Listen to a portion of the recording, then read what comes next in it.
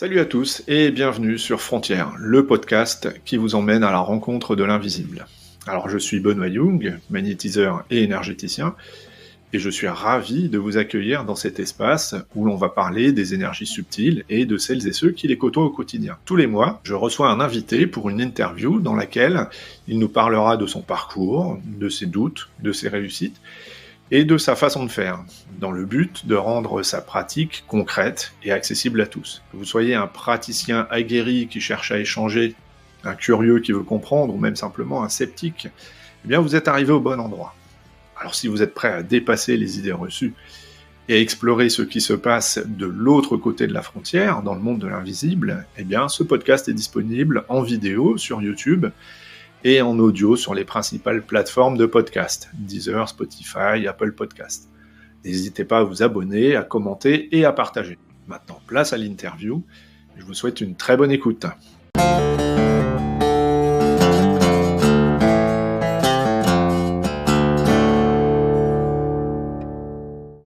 Bien, bonsoir à tous et bien merci beaucoup. Je suis très heureux de vous retrouver. J'espère que vous allez bien. Ce soir, je reçois donc Maëva Canguilhem. On va y arriver. Maëva Canguilhem, voilà, je recommence. Avec qui on va parler de psychoénergie. Voilà. Alors, est-ce que tu peux, déjà avant d'expliquer un peu plus en détail ce que c'est que la psychoénergie, est-ce que toi tu peux te présenter ? Oui, écoute, tu as déjà dit que je m'appelais Maëva Canguilhem. Comme tu l'as dit, je suis psycho-énergéticienne, ce qui ne veut pas dire grand-chose en soi. C'est vrai que quand je me présente comme ça, les gens peuvent se dire « Waouh, qu'est-ce que c'est ? Elle va faire de la psychologie, elle va travailler avec les énergies, qu'est-ce que c'est ?»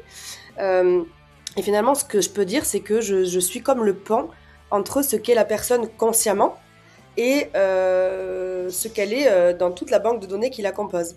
Donc dans son inconscient et dans tout ce qu'elle est dans le subtil. Et donc, il y a ce qu'elle est consciemment. Et en fait, il y a beaucoup de paramètres qui régissent ce qu'elle est au quotidien, en fait, tout un tas de conditionnements, tout un tas de croyances, tout un tas de blessures qui peuvent la limiter dans son quotidien. Moi, je vais aller voir tout ça, en fait. On peut dire que la personne, c'est comme un site internet, en fait. Il y a le rendu, ce qu'elle est consciemment devant nous. Et derrière, moi, je vais regarder tous les codes, en fait, qui paramètrent le site internet. Donc, je vais voir pourquoi tel comportement, à quoi est dû tel comportement, en fait. D'accord. En fait, c'est plutôt, si je comprends bien ce que tu dis, c'est que tu essayes de voir comment comment est impacté le fonctionnement de l'énergie d'une personne en fonction de son background psychologique, de ce qui lui est arrivé, de ses traumas, de j'en sais rien, de sa façon de penser, de son conditionnement social, familial, etc., quoi. Exactement. En fait, tout ce qui la compose, en fait, la façon dont elle réagit, dont elle se comporte, ce qu'elle arrive à impulser dans sa vie, la personne qu'elle est, en fait, il y a tout un tas de paramètres, on va dire, dans son champ d'information qui font qu'elle est comme ça. Et l'idée, c'est qu'elle puisse se rapprocher de tout ce qu'elle est au fond d'elle, sans tous les conditionnements qui l'ont un petit peu limitée jusqu'à présent. Parce que, en fait, d'expérience en expérience, on a un petit peu façonné la personne que l'on est. On a créé des mécanismes de protection qui sont liés à des traumatismes, à des expériences passées, à tout ce qu'on se fait croire intérieurement, parce que notre vie intérieure, finalement, elle nous impacte au quotidien. Et moi, je vais voir tout ça, en fait. Donc la personne, elle vient me voir, elle a une problématique ou pas, parce que des fois, en fait, elle ne sait pas pourquoi elle vient juste par curiosité pour voir ce qu'on va faire en séance. Et son inconscient, en fait, il sait exactement pourquoi elle va venir. Donc en séance, la cause, elle va ressortir naturellement, parce que en fait, au fond d'elle-même, elle sait qu'elle a quelque chose à travailler. Ou des fois, il y a des personnes qui viennent pour une problématique, et en fait, c'est une toute autre problématique qui revient, parce que c'est comme un mécanisme, en fait, un engrenage. Et en fait, selon la problématique, tu vas travailler sur un engrenage, et puis peut-être que le reste va tomber tout seul, tu vois. Par exemple, tu peux travailler sur une racine de fausse croyance, par exemple. eh bien, tu peux avoir tout un tas de petits autres problèmes qui vont tomber parce que tu as travaillé la racine principale. Par exemple, je te dis n'importe quoi, tu vas bosser sur une fausse croyance et la personne, elle va se rendre compte que toutes les addictions qu'elle avait, elles sont tombées, en fait, elles n'ont plus lieu d'être parce on a bossé sur le problème initial, à l'origine. D'accord, tu viens attaquer le problème à la racine. Exactement. C'est justement ça, en fait, parce que on a tendance à mettre un pansement, comme mettre un pansement sur une plaie purulente, mais l'idée, c'est d'aller comprendre pourquoi on vit ça. Parce que parfois, on a des situations qui se répètent, où on a des mots, des perturbations, tout un tas de choses qui viennent nous embêter. Et en fait, l'idée, c'est de comprendre pourquoi c'est là, parce que tout a une cause profonde. Donc des fois, on a beau... des fois, on essaie de solutionner le problème, mais ça revient. Et ben ça, en fait, moi, je vais comprendre pourquoi ça revient, en quelque sorte. D'accord. Voilà. C'est pour ça que sur ton site internet, là, tu t'intitules Exploratrice de conscience. Exactement. Parce que la conscience, elle n'est pas limitée au corps. Et donc, il y a ce qu'on est physiquement, là. Je suis Maëva, t'es Ben. Mais il y a on a tout un monde, en fait, qui régit tout ce que l'on est. Et c'est comme une immense banque de données, en fait. Et moi, j'aime bien explorer ça. Parce qu'il y a il y a des problématiques qui prennent racine dans différents dans différents aspects qui nous composent, en fait. On peut même parler de racines transgénérationnelles donc des problématiques qui ont démarré quelques générations plus haut et qui se sont cristallisées et en fait nous la personne que l'on est, eh bien on peut porter ces mémoires qui sont à notre naissance des mémoires passives, mais en fonction de ce que l'on vit, elles peuvent devenir actives et donc accentuer ce que l'on vit. Et donc l'idée, c'est de se libérer de tout ça. D'accord. Ok, ouais, donc ça veut dire qu'on récupère des mémoires, justement, tu peux récupérer des mémoires du grand-père, de l'arrière-grand-mère, des choses comme ça. D'accord. Au moment où tu nais, elles sont passives et elles se réactivent en fonction de ce que tu vas vivre. Ouais, de ce que tu vas vivre. Ouais. Okay. Après, il peut y avoir plusieurs racines, mais le fait que le grand-père il ait vécu ça, ça va accentuer ce que tu vis. Je te prends un exemple, par exemple. Admettons que tu vives un abandon à 5 ans, et en fait ton inconscient, il va chercher dans toute ta banque de données ce qu'il en est par rapport à ce que tu vis, et tiens, il va trouver un abandon, enfin tu vois, un exil 3 générations plus haut, quoi, et donc avec tout ce que l'ancêtre a vécu, a ressenti, ça va s'activer dans ta structure. Et donc, c'est pour ça qu'on peut avoir des émotions d'autant plus fortes, parce que c'est accentué par des mémoires qui existent. Et en fait, tant qu'on ne va pas voir ça, ça se cristallise en nous, et puis on peut répéter à plus ou moins grande échelle différents abandons au cours de notre vie qui vont appuyer sur ces blessures-là. Une des... un des petits exercices que l'on peut tous faire au quotidien, c'est de la conscientisation d'émotions. Parce que quand on vit une blessure, on parle beaucoup de l'enfant intérieur, parce qu'en fait, quand on est enfant, notre cerveau, ce qu'on appelle notre cerveau limbique, qui est le cerveau qui gère les émotions, il n'est pas mature. Donc en fait, si un adulte ne prend pas en charge notre émotion, elle va se cristalliser, et ce qu'on appelle notre cerveau reptilien, il va créer un programme pour ne plus que l'on revive le trauma originel. Donc en fait, on va créer des mécanismes mentaux. Par exemple, on va créer de l'hypervigilance, on va créer tout un tas de petites parts de nous pour justement nous éviter de revivre ça. Et en fait, à l'âge adulte, ça peut être un peu limitant comme comportement. Tout ça parce que en fait, notre émotion qu'on a vécue, elle s'est comme cristallisée dans le corps. Donc en fait, on peut l'oublier, mais elle vit toujours en coulisses.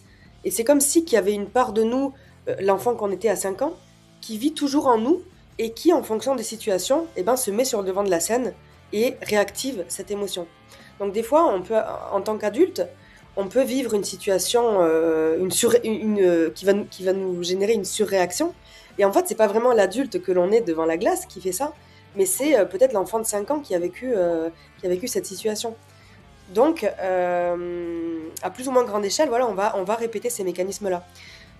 Parce que cette émotion, elle a pas été prise en charge. Donc, le fait de conscientiser, donc de la laisser circuler, eh bien, c'est comme si on mettait à jour notre structure et que on montrait à notre cerveau que c'est bon, on a pris en charge notre émotion et on est encore en vie.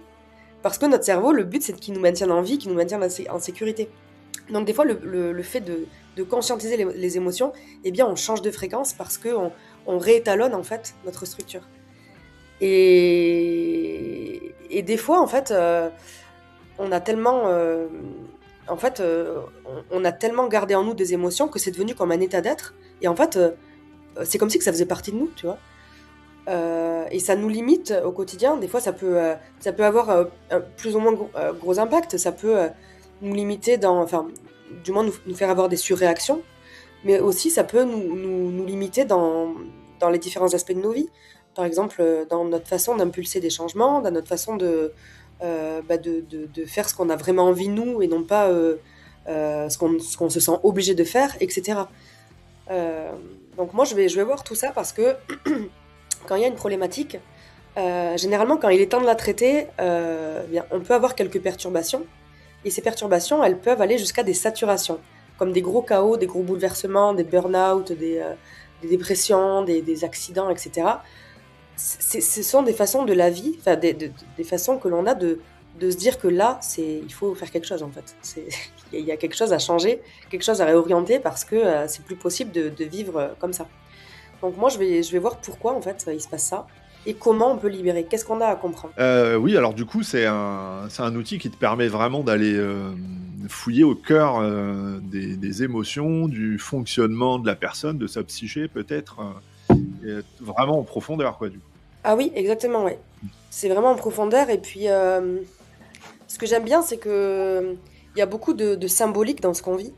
En fait, il n'y a rien qui est laissé au hasard dans les mots que l'on emploie, dans la posture que l'on a, dans les situations que l'on vit, dans la manière qu'on a aussi de prendre notre place, euh, que ce soit en société, que ce soit au sein de notre famille, au sein de notre couple, euh, notre travail, etc. Il y a vraiment euh, il y a vraiment des, comment dire, notre façon d'être, ça en dit beaucoup sur ce que l'on se fait croire intérieurement. Je peux te donner des exemples précis. Enfin, déjà, le mien, par exemple. Moi, j'ai eu beaucoup de mal à trouver ma place. J'ai beaucoup déménagé. J'ai eu, j'ai la chance de travailler dans une grande entreprise où j'ai pu faire beaucoup de postes, etc. Et en fait, j'ai fait tout ça et j'ai atteint l'idéal que je pensais atteindre. Et en fait, malgré tout ce que j'avais construit, c'était comme si que je me sentais toujours aussi vide. Pourtant, enfin voilà, j'ai eu des enfants, j'ai eu un mari, une maison, un boulot chouette, un certain statut et tout ça. Mais j'ai même eu des poules. C'est quand même le summum, non? Tu te dis, putain, t'as des poules, t'as atteint le Graal, là. Si t'as pas de poule avant 50 ans, t'as raté ta vie, hein. Non, mais vraiment. Et en fait, je trouvais pas ma place. Et en fait, un jour, je faisais qu'entendre ce mot illégitimité, illégitimité, illégitimité. Et jusqu'à ce que je me rappelle que mon père ne m'avait pas déclaré à la naissance. Mon père m'a beaucoup aimé, hein, j'aimais beaucoup mon père, mais le fait est que je suis pas sa fille légitime. Et en fait, je me rends compte que cette illégitimité, eh bien, inconsciemment, je la portais dans tout ce que je faisais. Parce que je ne trouvais jamais ma place, je savais pas vraiment qui j'étais. Et c'est là que j'ai compris, je me suis dit, si ton propre père, il te donne pas ta place, qui sur cette terre veux-tu qu'il te la donne? Et en fait, j'ai commencé à quand même sombrer pas mal, j'ai eu une période difficile. Et aujourd'hui, à l'heure où je te parle, je me rends compte que c'est le plus beau cadeau que m'ait fait mon père.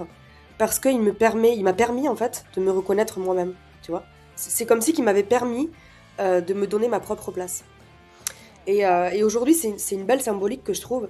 Mais tout ça pour dire que il y a des fois, on ne sait pas pourquoi on se sent pas à notre place, on a du mal à s'exprimer, on a du mal à faire ce qu'on aime, on a du mal à faire vraiment ce qu'on a envie au fond de nous, sans sans faire attention à ce que penseraient les autres, ou des fois on a du mal à définir nos contours, on se charge, en fait, on tombe dans une sorte de servitude, on se met au service de l'autre à outrance, euh, tu sais, avec toujours cette intention de trouver sa place, d'être aimé, etc.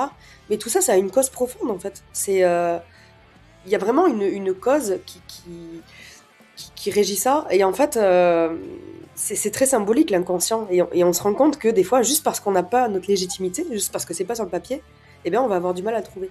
Et ça, c'est un exemple parmi tant d'autres. Mais c'est quand même fort ce qu'on peut se faire vivre. Alors, on va peut-être avancer un petit peu dans cette interview. Sur ton site internet, tu te présentes sous un pseudo qui est celui de Lila Métiste. Ouais. Est-ce que tu peux m'en dire un peu plus là-dessus? Oui, bien sûr. Alors pourquoi j'ai voulu avoir un pseudo? En fait, je l'ai même pas voulu, mais c'est comme si qu'il était venu tout seul. C'est parce que, en fait, c'est tout simple, hein, mais quand je me fais des soins à moi, je l'ai pas compris tout de suite, mais quand je me fais des soins ou voilà, quand je m'explore un petit peu, hein, on va dire, hein, exploratrice de conscience, et ben, quand je m'explore moi-même, eh bien, ça me permet, le fait de m'identifier comme une tierce personne, ça me permet de me décharger émotionnellement de Maëva.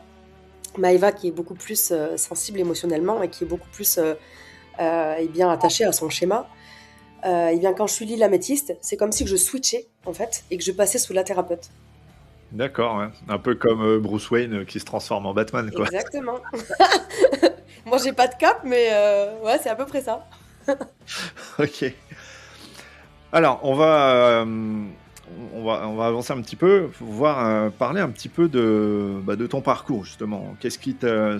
J'ai vu sur ton site internet, là, tu mentionnes un cheminement vers soi, dont tu as déjà un peu parlé, là, mais quel est vraiment l'élément déclencheur qui t'a fait te dire que t'allais un peu sortir des sentiers battus pour aller explorer cette voie-là, justement, de la psychoénergie? Ouais. Bon, déjà, c'est vrai que je le redis, mais j'ai toujours plus ou moins cherché ma place. Et c'est vrai que avant d'aimer quoi que ce soit dans mon travail, ce que j'aimais avant toute chose, c'est les gens. En fait, c'est pas, ça fait un peu bateau en tant que thérapeute de dire ça, mais moi j'ai toujours été fascinée par le comportement des gens. Et tu sais, qu'il y ait des cons ou pas, en fait, moi j'aime tout le monde, j'aime les gens dans leurs conneries, j'aime les gens dans leurs bêtises, je suis fascinée parce que je pars du principe que les personnes, si elles sont comme ça, c'est qu'il y a une raison, il y a quelque chose qui a fait qu'elles soient comme ça. Et je me suis toujours voilà, un petit peu questionnée là-dessus.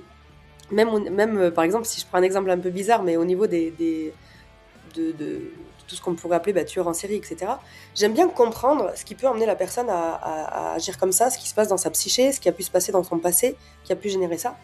Et pour parler plus de mon parcours, de savoir pourquoi je me suis réorientée, il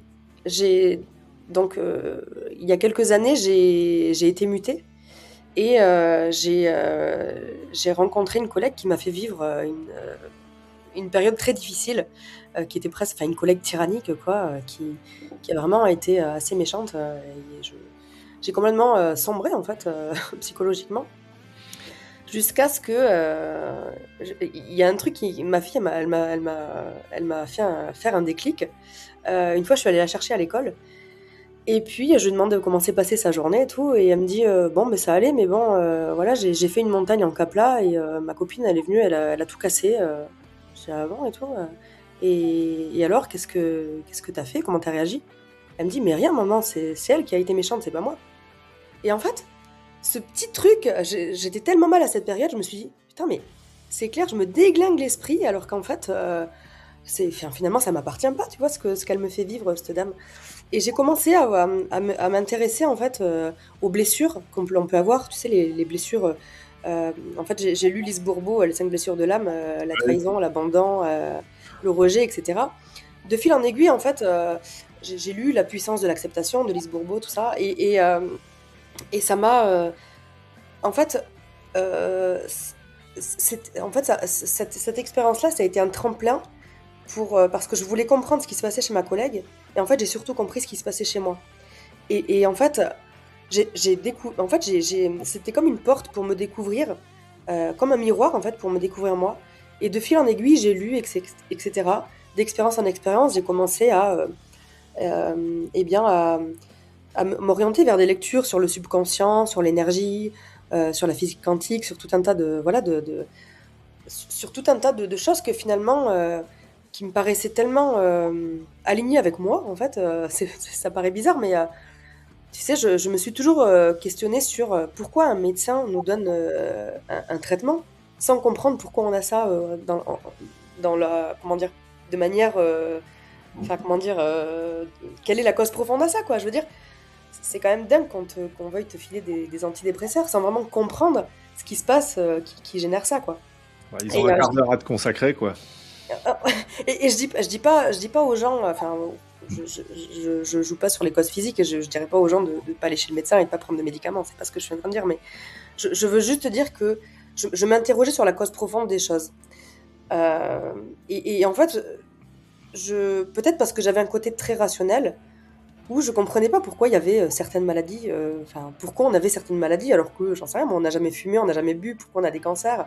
Et là, j'ai commencé à considérer l'humain avec un aspect plus holistique, avec un aspect comment dire ça, plus ouvert, Global. Plus global. ouais, plus global que de simples symptômes physiques. Et j'ai commencé à m'intéresser à l'épigénétique, tout ce qui était transgénérationnel, l'inconscient, etc. Et en fait, j'ai été assez fascinée par le pouvoir de l'inconscient. Et comme par hasard, ben, je suis tombée sur Élodie Rivero, qui a été ma formatrice de psychoénergie et qui a littéralement changé ma vie. En fait, cette formation que j'ai faite, ça a été un virage à 360. Et elle me l'avait dit, et puis c'est une certitude. C'est vraiment ce qui a fait que j'ai switché, que je me suis transformée, que je me suis trouvée, que je me suis libérée de beaucoup de choses, de beaucoup de croyances, beaucoup de limites, d'une vie aussi que je m'étais façonnée en pensant que c'était un idéal et finalement ça ne l'était pas. Et, euh, et voilà, de fil en aiguille, ça m'a permis de trouver ma propre place pour me mettre, j'allais dire, au service des gens, pour leur montrer qu'ils peuvent avoir un pouvoir illimité, en fait. D'accord. Donc en fait, te concernant, ça a été le résultat d'interrogations et la rencontre avec cette formatrice là où pouf, voilà, l'étincelle se fait et donc c'est comme ça que tu t'es engagé dans cette voie, quoi. Ouais. Alors on va avancer un petit peu. Comment on va parler d'une consultation chez toi? Oui. Très concrètement, pourquoi est-ce qu'on vient te voir? Pourquoi est-ce qu'on vient te consulter?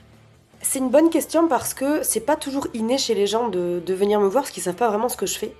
Donc la plupart des gens viennent par curiosité ou via ce que je poste. On parlera un petit peu après de ce que je poste, mais ce qui me plaît avant tout, c'est de remettre la personne au centre de son jeu.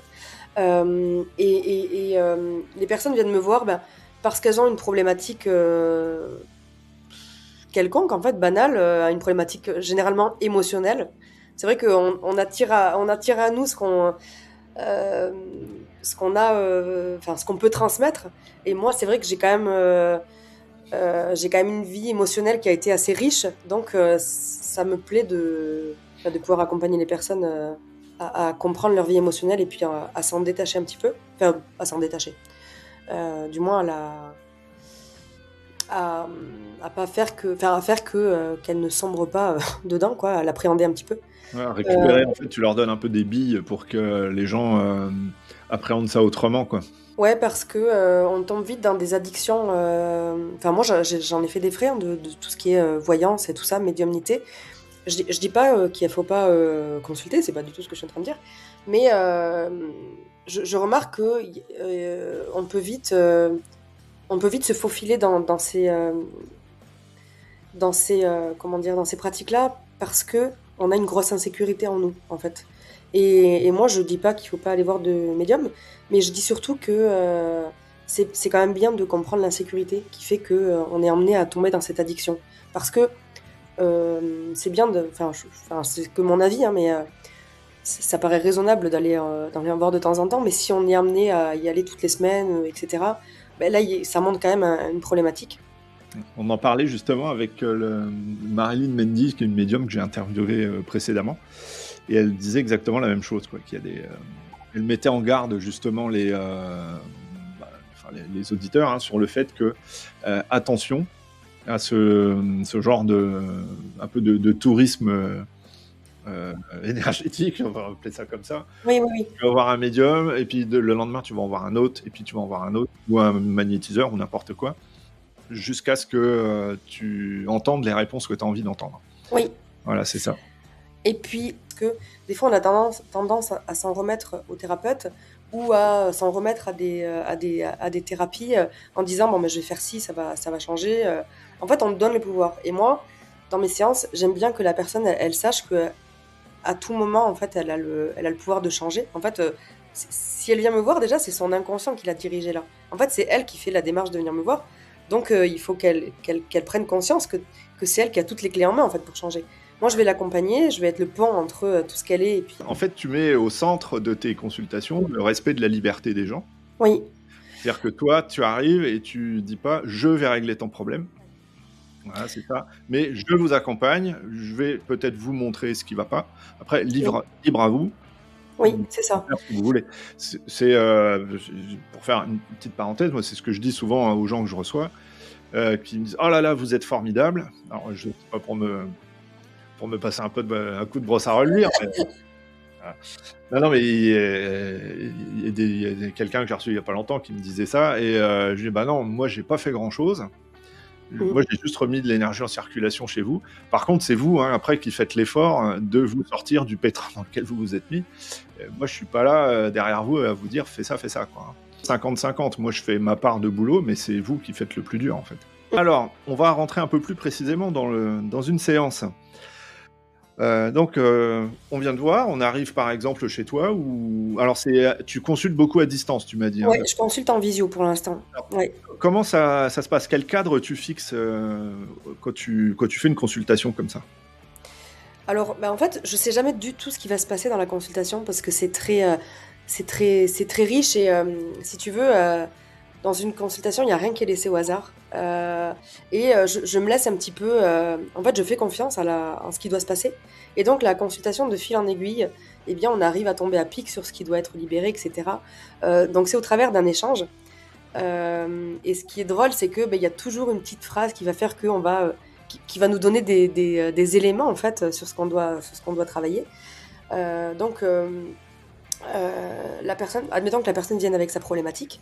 Donc ça va être un échange. Je vais capter aussi au travers de mes ressentis subtils parce que durant ma formation, j'ai appris à décoder des informations subtiles. Donc je vais regarder, au travers de ce que je ressens, de ce que je reçois comme info, je vais regarder quelle est la racine de cette problématique. Est-ce que c'est de l'inconscient collectif? Est-ce que c'est des vies passées? Est-ce que c'est du transgénérationnel? Est-ce que c'est des charges portées? Est-ce que c'est des traumas dans cette vie-là? Est-ce que c'est des conditionnements? Est-ce que c'est des fausses croyances? Est-ce que c'est une dépendance émotionnelle, etc. Et en fonction des réponses que je capte, eh bien, au travers d'échanges et au travers différents outils que j'ai de psychoénergie, eh bien, on va aller conscientiser ça et puis libérer ce qui doit être. Donc, voilà, on va discuter de la problématique. C'est important que la personne elle prenne conscience de ce qu'il en est. Et après, on va la libérer au travers de soins. Donc, ce sont des soins quantiques, ce qu'on appelle, parce que ce sont des soins qui n'ont pas de limite de temps ni d'espace. Et si tu veux, on va peut-être interagir sur l'événement qui s'est passé pour le dénouer, pour le libérer, pour conscientiser ce qu'il y a à conscientiser et pour guérir ce qu'il y a à guérir. Et puis du coup, ça va comme libérer sa ligne temporelle en fait, dans le présent et dans le futur. Donc des fois, il y a besoin d'aller dénouer des événements passés pour pouvoir changer ce que la personne se fait vivre intérieurement. D'accord. Et tu vois, en fait, ce qui est important, c'est que en fait, le plus important de tout, c'est la vie intérieure de la personne. C'est-à-dire que c'est ce qu'elle va se faire croire à elle-même. Donc, par exemple, si la personne, elle va estimer qu'elle va avoir, qu'elle a eu une vie où sa mère était absente émotionnellement, etc. Même si c'était pas vraiment le cas de manière objective, peu importe. Parce que ce que se fait vivre la personne intérieurement, c'est que sa mère était absente. Donc elle, c'est ce qu'elle se fait croire et ce qu'elle a vécu. Donc des fois, on va pouvoir changer, modifier ce qu'elle s'est fait vivre intérieurement dans son passé. Alors on va pas faire retour vers le futur, on va pas revivre la scène, mais on va modifier ce qu'elle se fait vivre intérieurement. Et donc ça passe au travers de reprogrammation souvent, et ça se fait au travers de l'inconscient. Donc la plupart du temps, je vais emmener la personne en état modifié de conscience au travers de la sophrohypnose pour pouvoir faire pour pouvoir calmer son mental et pouvoir accéder plus facilement à tout son champ d'information. Et on va faire le soin adéquat pour libérer ce qui doit être. Et ça, ce sont des changements vraiment profonds qui ont un impact sur tout le système d'information de la personne et sur sa structure intérieure. Parce qu'en fait, on va réétalonner ce qu'elle se fait croire, ce qu'elle se fait vivre. Donc, c'est assez fort ce qui se passe en séance. Elle peut avoir des quelques effets après la séance. D'ailleurs, elle peut avoir des effets avant la séance. Parce que son inconscient, il sait exactement qu'il va se passer quelque chose. Et souvent, ses parts mentales, elles se mettent un petit peu en résistance. Parce qu'elles savent, en fait, qu'on va aller fouiller un petit peu des choses. Et puis, notre mental, il est un peu limitant, mais il est surtout très affectueux, en fait. Toutes les barrières qu'il a mises en place, c'est pour nous protéger. Donc des fois, il aime pas trop qu'on aille voir tout ça parce que lui, son but, c'est de nous protéger, et puis il a pas envie qu'on enlève toutes les barrières, quoi. Parce qu'il a peur qu'on soit malheureux, quoi, finalement. Est-ce que tu suis un protocole strict ou rigoureux pendant le soin? Est-ce que tu te laisses un peu aller comme ça, ouais? Je me laisse complètement aller. En fait, je fais confiance, Ouais. et je sais que tout sera parfait quoi qu'il arrive. En fait, je sais que tout est millimétré pour que la séance se passe de la meilleure manière qui soit. Et justement, parce que je fais confiance... je te coupe. Pardon. Ouais. Et avant le soin, toi, est-ce que tu te prépares? Eh bien, je me protège, je me centre. Je me connecte, je suis Lila Métiste et tout ça. Je mets mes protections, on va dire. Alors, c'est des protections contre quoi? Bien contre les énergies, les petites charges énergétiques que peut avoir la personne et qu'elle pourrait me transmettre. D'accord, ok. Donc je mets comme une armure, en fait, de lumière. Ouais, c'est un travail de visualisation, ça, par contre. C'est ça, hein? Ouais, en conscience, voilà, j'ai mis l'intention, en fait. Et en fait, je donne souvent, sur ma page Facebook, je fais souvent des guidances ou des petites causeries comme ça où je parle, en fait, je donne des conseils toujours très bienveillants aux personnes pour qu'elles puissent se rencontrer toujours davantage. Et en fait, de ce que je transmets aux gens, c'est que pour faire de la magie, il y a besoin de 3 ingrédients principaux.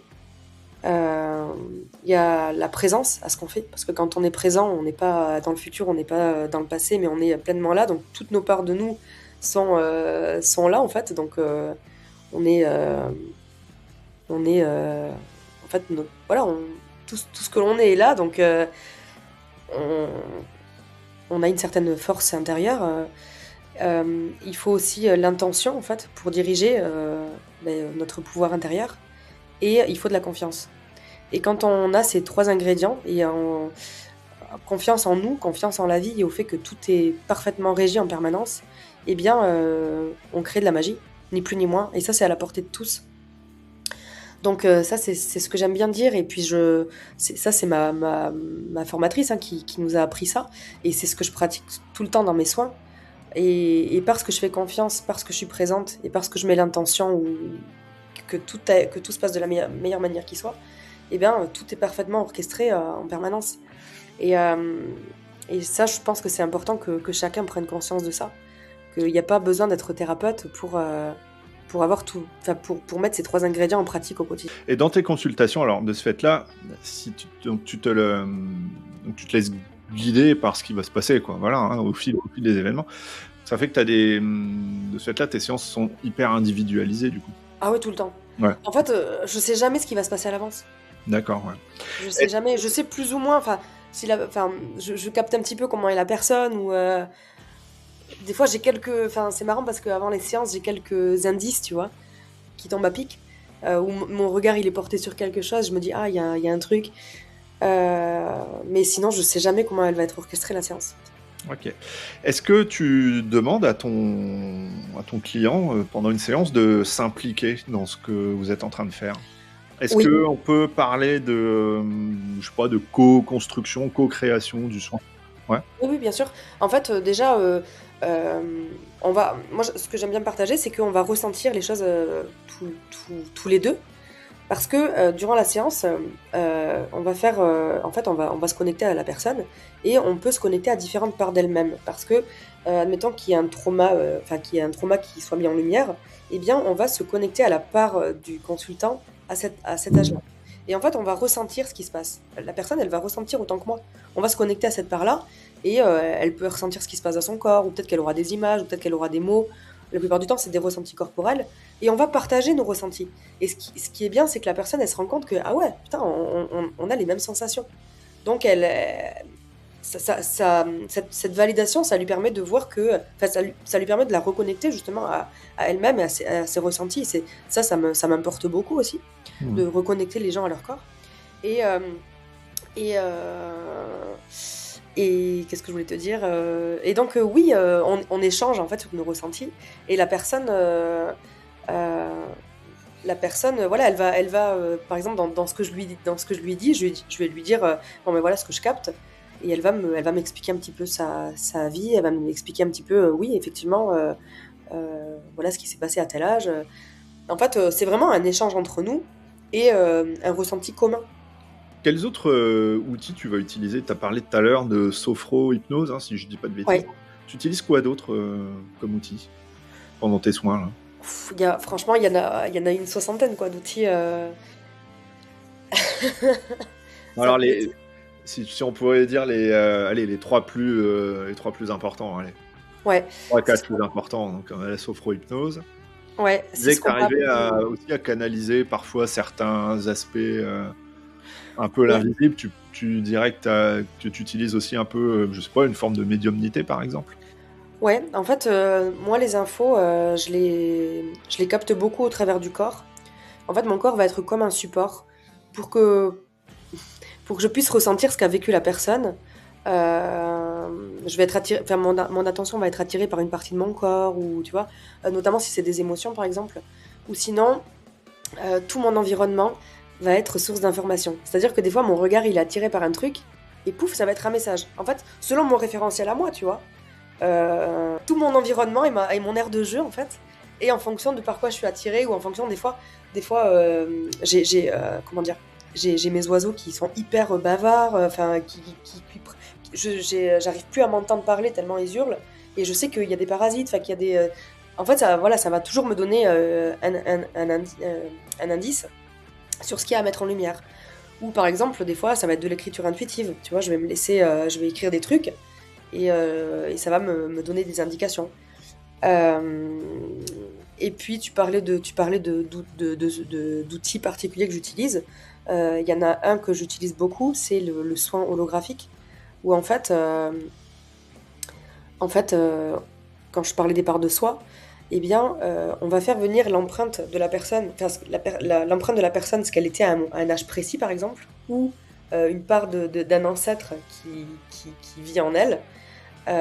Et en fait, on va interagir avec cette énergie pour voir ce qui s'est passé à ce moment précis. En fait, on va entrer en interaction, par exemple, avec l'enfant qu'elle était à 8 ans et qui a créé la part blessée qu'elle vit, qui la limite aujourd'hui. Et voilà, on va pouvoir discuter, en fait, interagir avec cette part d'elle-même et comprendre ce qui a pu se passer à cet âge-là. Et l'idée, c'est aussi de pouvoir permettre à cet enfant de se décharger, par exemple, de se décharger des émotions qu'il a pu avoir. En fonction de ce qui est proposé, ça peut être aussi de recréer l'histoire, de recréer la vie intérieure de cet enfant. Le but du jeu, ça va être de libérer cet enfant pour qu'il n'ait plus, pour qu'en fait, ce qu'il a vécu soit pacifié et que ça n'impacte plus la personne dans sa vie. Donc ça, c'est ce qu'on appelle des soins holographiques parce que c'est une projection de la personne à un âge donné pour pouvoir interagir avec elle. Et donc ça, c'est avec le consultant qu'on fait ça. Et les personnes sont assez bluffées parce que c'est vrai qu'elles ressentent ce qu'elles ont vécu à un âge précis ou que ce soit, par exemple, ça arrive que ce soit un ancêtre. Et ça peut être assez bluffant de voir que on a des ressentis communs en fait. Et sans connaître cet ancêtre, eh bien, on va dire les mêmes choses en fait. Quel rôle de l'intuition dans tes soins?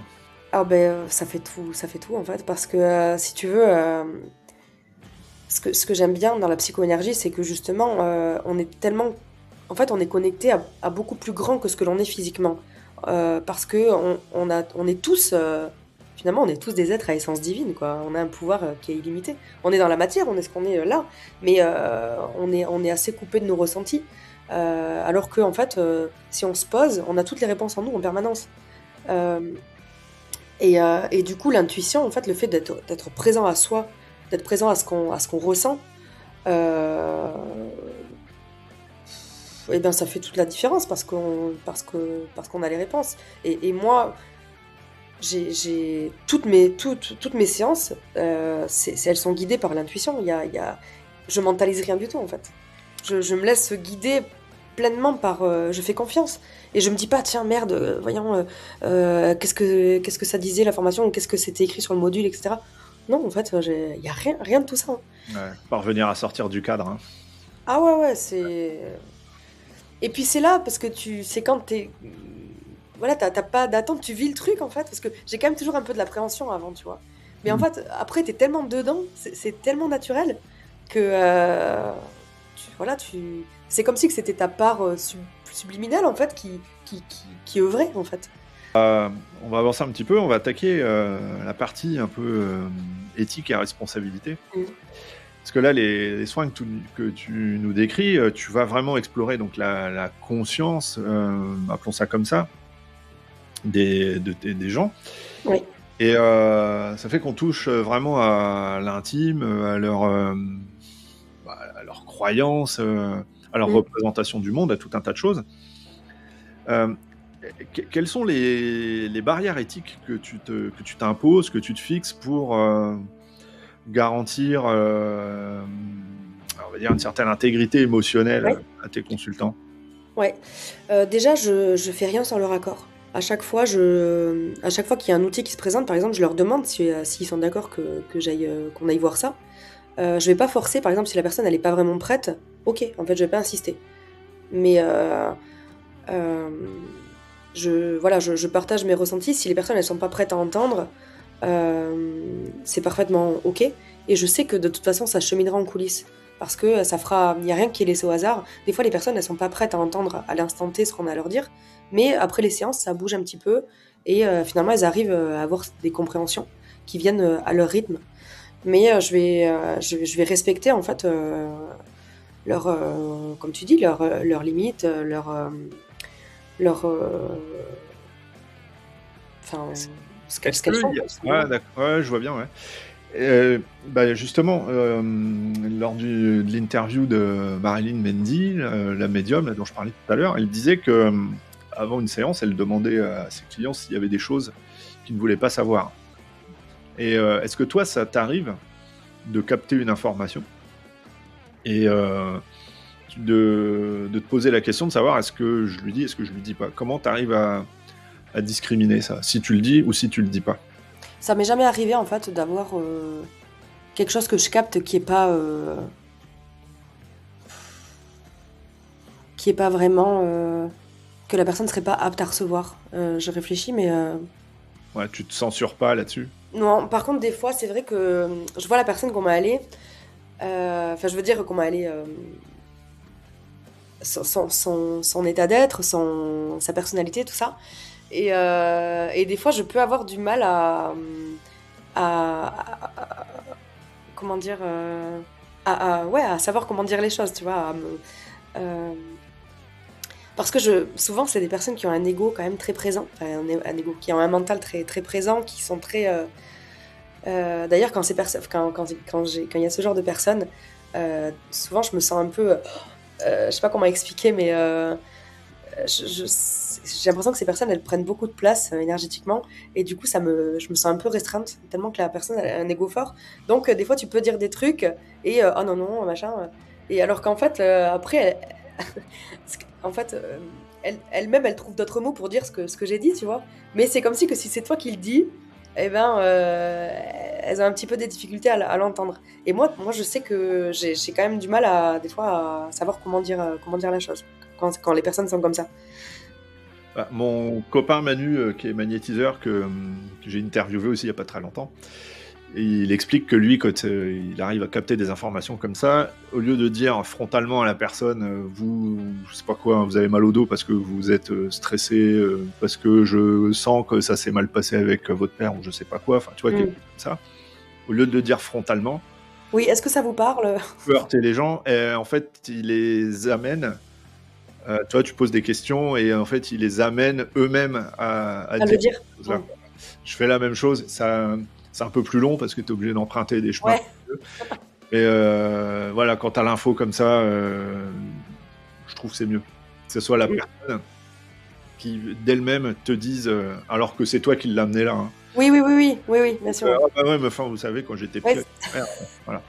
Plutôt que de lui dire, alors ça se passait comment avec votre père, au risque qu'il peut se braquer, et de lui dire, ben ça vous regarde pas, et après tout, il aurait tout à fait le droit, quoi. Ouais, voilà. Et puis par contre, tu vois, quand tu vois que la personne elle est en surréaction, là tu te dis, c'est bon, je suis au bon endroit.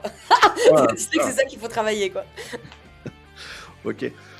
Est-ce que il y a une charte éthique sur ton site?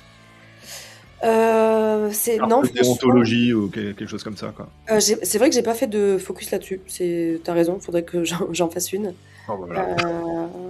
Mais si je peux dire deux mots là-dessus, je vais pas me.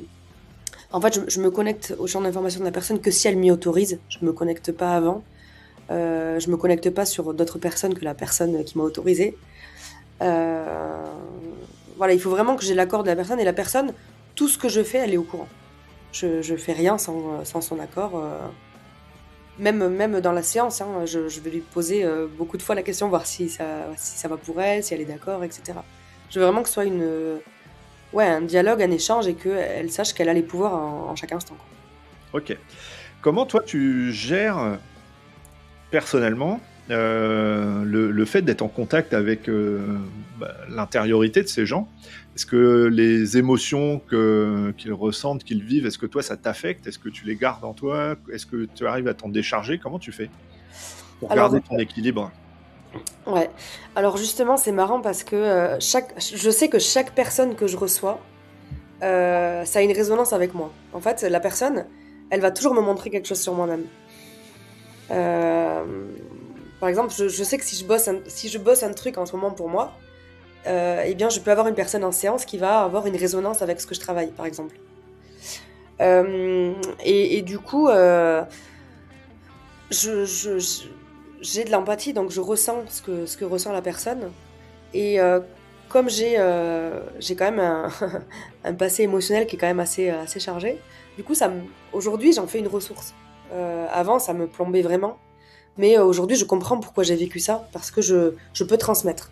Donc ça, c'est quelque chose que j'aime beaucoup dans mon parcours, c'est qu'au lieu de dire « Putain, j'ai vraiment pas de chance », quoi, bah, je me dis, en fait, ça me permet aujourd'hui de pouvoir aider le plus grand nombre et de pouvoir refaire quelque chose de ce que j'ai vécu. Oui, parce que tu sais de quoi tu parles, du coup. Ouais, c'est ça. Voilà. Et puis du coup, ce qui est bien, c'est que ça me permet de rééquilibrer, parce que ce que j'ai pu... ce qui a pu me faire souffrir ou ce qui a pu m'impacter, eh bien, je peux le transformer en quelque chose de beaucoup plus vertueux. Et ça me nourrit, tu vois, de pouvoir faire ça.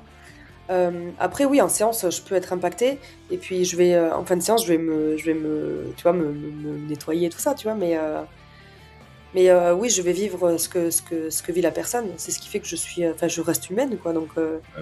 Et comment tu fais pour te ressourcer après une séance, par exemple? Eh bien, je vais me nettoyer énergétiquement. Ça m'est déjà arrivé de pleurer après des séances parce que la personne elle a touché un truc qui a résonné en moi, et même à chaque fois que j'ai pleuré, c'est qu'elle m'a montré quelque chose sur moi que j'avais pas encore vu. Ça, c'est assez fort. Mais voilà, je vais la plupart du temps après les séances, ça m'arrive d'écouter la musique, de danser et tout. C'est comme si que mon corps c'était sa manière de de se décharger un peu, quoi. Voilà. Ok. Je dis souvent que soigner les autres, c'est un moyen de se soigner soi-même. Ah Ouais. ouais. Ah oui. Bah oui, oui, parce que mais déjà, dans ma formation, ma formatrice, elle l'avait dit, c'est une formation vivante et ça va, enfin, tu seras ta première consultante en fait. Et les modules, ils interagissent sur nous.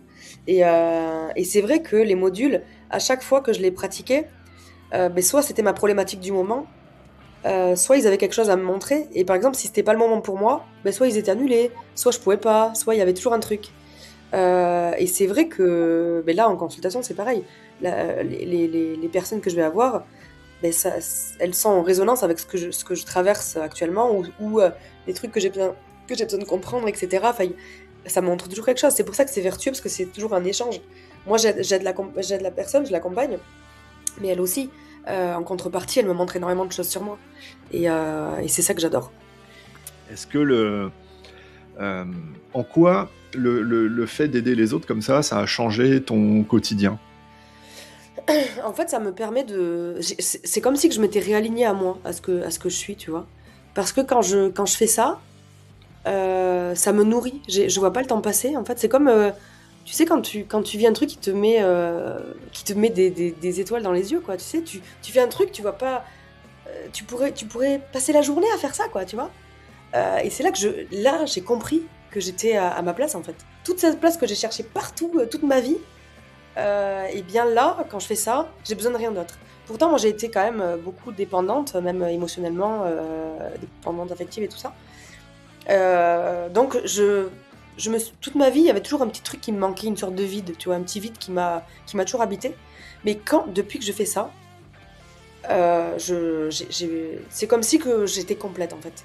Et c'est marrant parce que avant de me lancer, enfin, au moment où il y a eu cette transition vraiment, au moment où enfin, un petit peu avant que j'ai commencé la formation que j'ai fait là, j'étais assez malade, j'avais beaucoup de maux physiques, j'ai fait plein d'examens, machin. J'avais une toute petite tension, enfin, j'étais obligée de travailler de chez moi tellement j'étais mal. On n'a jamais su mettre de mots sur ce que j'avais. Pourtant, comment dire, des prises de sang qui étaient pas top et tout. J'étais très fatiguée, machin. Et à partir du moment où je me suis lancée là, tout a disparu. En fait, j'ai l'impression que c'était comme peut-être des mots somatiques, tu vois. Tu sais, à un moment dans ta vie, quand t'es pas sur le bon chemin, la vie, elle va t'envoyer des petits signaux. Non, c'est pas là que tu dois aller, non, c'est pas là. Et puis finalement, tu captes pas. Ah bah, tu captes pas, on va t'en remettre une couche. Et tu vois, quand t'es au fond du bac, c'est comme si qu'elle disait, bon, t'as compris là qu'il faut changer quelque chose ou pas là?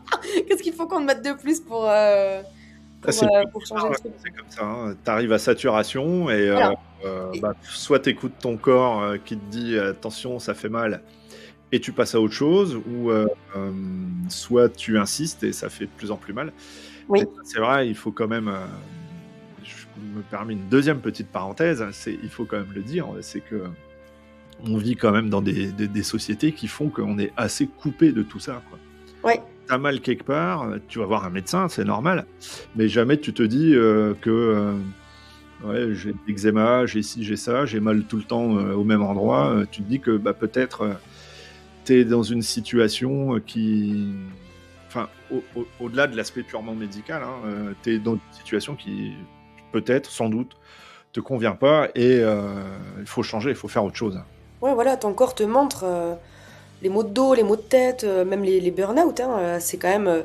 J'ai tendance à dire que c'est presque un cadeau que fait le corps. C'est la dernière étape pour montrer, et tu vas faire quelque chose là, ou il faut aller plus loin, quoi.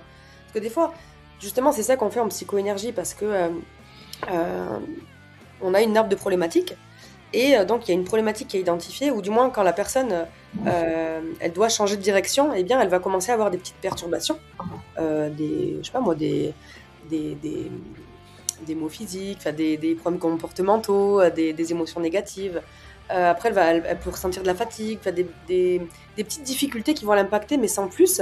Et si elle se rend pas compte de ça, ben, eh bien c'est ou si elle, par exemple, si elle fait des petits changements, mais qu'elle revient finalement à l'habitude qu'elle avait, eh bien elle va pouvoir rencontrer des saturations pour donc des événements plus critiques pour lui dire, eh oh, tu vas faire quelque chose là, il est temps de changer.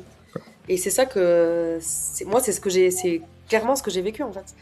Ça m'a montré en fait, ça m'a montré ce qu'il y avait à comprendre et c'est comme si que la vie elle me disait bon ben là c'est bon, t'as fait le tour, maintenant il est temps de te réorienter et de te rapprocher davantage de toi et de transmettre en fait tout ce que t'as appris, tout ce que t'as vécu. Enfin, je dis pas que j'ai le savoir inné, mais Tu je fais ta trouve que part. c'est. Hein. Tu fais ta part. Ouais. Ouais. Et je trouve que c'est bien de transmettre parce que au-delà de tout toute la souffrance qu'on peut avoir, je trouve que c'est important de trouver une contrepartie positive. Et même au quotidien, dans notre état d'esprit, si on vit quelque chose, oui, on vit ce problème-là, mais qu'est-ce que ça nous apporte en parallèle? Et, euh, et je pense que tout est une question d'équilibre. Et c'est ce que j'aime bien dire en séance, c'est que tout est une question d'équilibre. Donc, je pense que l'idée dans la vie, c'est d'être équilibré individuellement, à deux, collectivement. S'il y a un des trois piliers là où il y a des anomalies, c'est qu'il y a peut-être quelque chose à comprendre. Et pareil, que ce soit dans notre individualité, je pense que tout est une question d'équilibre. Ok, on doit avoir un petit côté spirituel, un petit côté dans la matière, on doit écouter son corps et on doit aussi impulser des actions. Voilà, tout ça, c'est vraiment un équilibre à avoir. C'est pas bon d'être trop perché, c'est pas bon d'être trop euh, terre à terre. Je pense que c'est un juste équilibre pour se sentir bien. Alors, on va approcher tranquillement de la conclusion de cette interview. Mm. Si tu avais un conseil à donner à nos auditeurs aujourd'hui, là, ça serait lequel? Je pense que ce qui m'importe de le répéter, c'est qu'ils ont toujours le pouvoir en chaque instant et qu'il n'y a pas d'autre fatalité que celle que l'on s'inflige. S'il y a des choses qui ne nous conviennent pas, s'il y a des changements à voir, des fois on n'ose pas impulser un changement, on se dit bon ben finalement je suis pas si mal, je suis pas si malheureux.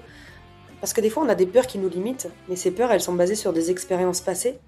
Et peut-être que dans le passé on s'est rétamé, mais aujourd'hui la personne que l'on est, elle peut avoir toutes les ressources en fait pour impulser des changements. Et si c'est pas le cas, si on a envie de changer mais qu'on peut pas, bah, c'est d'aller comprendre pourquoi on peut pas changer. Parce que ce que j'aime répéter, c'est que c'est important d'écouter les désirs de son cœur plus que sa tête. Et notre tête, elle doit être au service de notre cœur et pas l'inverse. Donc c'est important d'avoir un côté analytique, mais c'est surtout important d'écouter ce qu'on a envie au fond de soi, en fait, ce qui nous fait vibrer, ce qui fait qu'on se sent à notre place. Et ça, qu'on parte avec des béquilles, qu'on parte avec les deux pattes cassées, peu importe, mais je pense qu'on a tout en nous, toutes les ressources. Et il n'y a pas de fatalité. Donc croyez en vous, en fait, c'est ça que j'aurais envie de dire. Et faites confiance en la vie parce que en chaque instant, la vie, elle peut vous mettre sur le chemin des ressources. Voilà. Comment on fait pour te retrouver sur les réseaux, pour te contacter, pour prendre rendez-vous avec toi? J'ai un site internet, j'ai une page Facebook, j'ai une page Instagram, j'ai une page TikTok, j'ai des cartes de visite, j'ai un numéro de téléphone, j'ai un mail. Voilà. En gros, il n'y a pas d'excuse pour pas Ouais. pour pas savoir comment me Après, contacter. tu me donneras tout ça, je mettrai tout ça dans la description de l'épisode. Avec plaisir, je te remercie. Et ben, je te laisse le mot de la fin. Le mot de la fin, c'est vraiment croyez en vous et en tout ce que vous êtes. Et surtout, eh bien, écoutez votre corps, qui est vraiment votre meilleur ami, votre meilleur messager. En fait, c'est la seule preuve tangible de nous, en fait, dans la matière. Donc, écoutez-le, c'est un messager très concret. Et puis, voilà, écoutez votre cœur, vos intuitions. Elles ont toutes les réponses. D'ailleurs, on a toujours toutes les réponses en permanence. Et faites-vous confiance. Voilà. Et ben voilà, c'était le mot de la fin. Je te remercie beaucoup, Eva. Merci à toi. C'est super ce que tu fais. Merci à toi, Ben. À bientôt, salut. À bientôt. Salut.